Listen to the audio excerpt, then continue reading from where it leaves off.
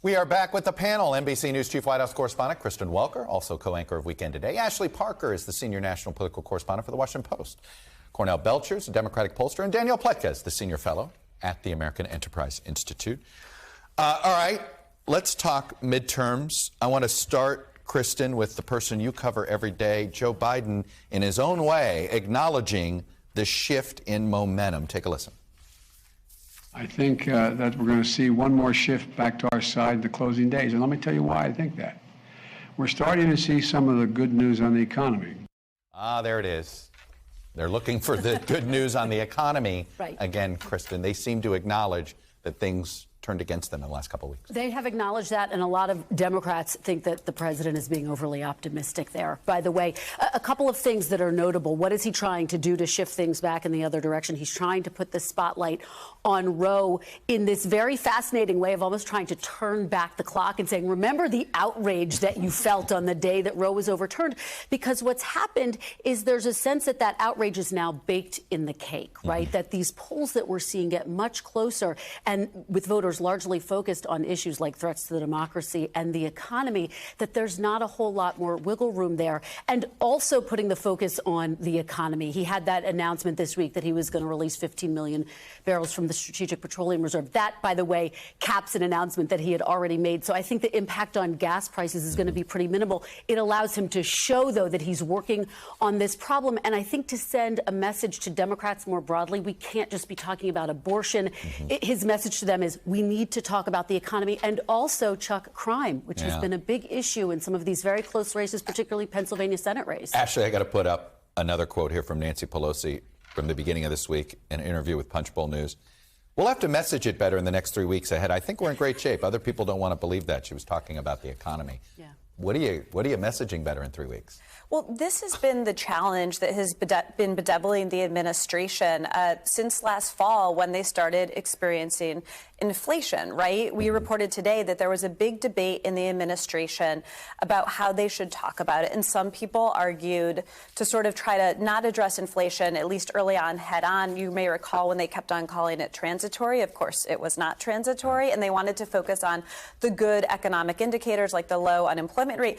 And there are those. But at the end of the day, what voters feel, the number that matters most when it comes to the economy, and this is why messaging is a challenge, is inflation. It's that 8.3% number from September, because regardless of all of these other positive indicators, and they do exist, when you drive to work or you drive your kid to a soccer game and you pass gas stations, each sign is a billboard of how much gas costs. When you go to the grocery store, milk and eggs. So yes, they absolutely do need to message it better, but it's not something they've been able to figure out this entire year. You know, the other thing that happened this week, Danny, is it just feels like, oh, the midterms look like traditional midterms again.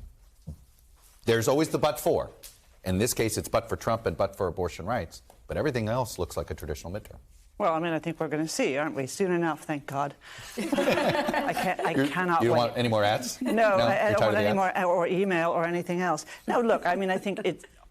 All elections are traditional elections in the sense that, you know, most of the base votes for the guy they were going to vote for in the first place. It's always the question of the swing. I do think that what's different in this instance is that we do have these overhang issues. We have the question of the president and his unpopularity. We have the question of Donald Trump and his insanity. We have this unbelievable, as Ashley said, overweening inflation that a lot of us haven't experienced in, for me at least, 40 years, for some never in their lives. Right. I just went to Giant and our supermarket, and I couldn't believe how fast I got to $100. I mean, it was nothing I bought. People feel that before they feel outrage about abortion, before they feel outrage about democracy. Oh, I think the housing crash is actually having a huge impact over the last 2 weeks. The fact that mortgage rates surged to 6%. Cornell, I guess the big question is, if this is a more competitive election, it's going to mean the Democratic coalition turned out. What are you concerned about? Look, I think broadly a lot of you are all wrong. Especially you.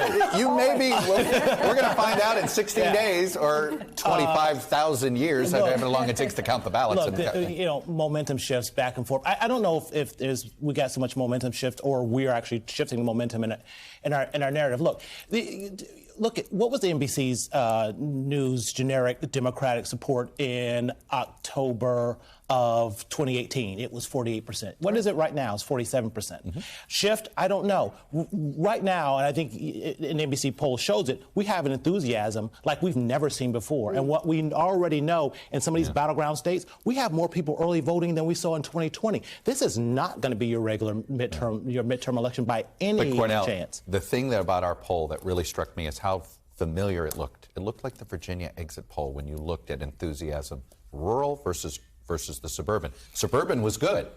Rural was through the roof. Yeah, but you need more people, right? Yeah. You know where we've been losing population since 2010? Rural voters. Rural voters surged in 2018 and 2020 also. As Jay-Z would say, you need more people.